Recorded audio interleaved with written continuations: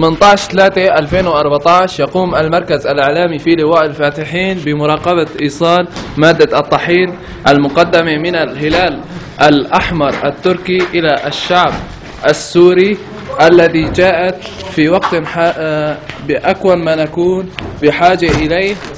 وتقدمت هذه المساعدة من الهلال الأحمر التركي إلى أحد المستودعات الأفران في قرية حتيملات.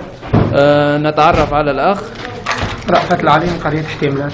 أخي، شو رأيك بهالمساعدة اللي وصلت اليوم لفرن حتيملات؟ أول شيء نحن نشكر الحكومة التركية حكومتنا وشعبا على هذه المساعدة اللي اجت بوقتها الضروري، نحن بأمس الحاجة إلى.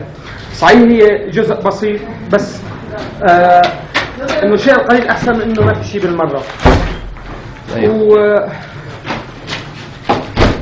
ونتمنى انه هالشيء يعني يضل ببال الشعب التركي والحكومه التركيه، ويكرروا هالشيء اكثر، انه فعلا الوضع المعيشي للقرى هون بريف حلب الشمالي سيء جدا، وخاصه ماده الطحين او المواد المحروقات. وماده الطحين انت اخي بتعرف انه هي ماده اساسيه، يعني ما هو ماده كماليه، ماده اساسيه بيحتاجها المواطن من صغير او كبير، ونحتاجها كل يوم. وبكرر شكري. طيب، هل انه عانيتوا انتم من انقطاع الطحين في القرية في فترات سابقة؟ طبعا علينا فترة شهر واثنين واحيانا 15 يوم لحتى يخبز الفرن مرة. أيوة. كثير عانينا بهالموضوع. أيوة. هلا صرنا فترة عم نعاني انه الفرن متوقف عن العمل بسبب يعني ما في مادة طحين. تمام.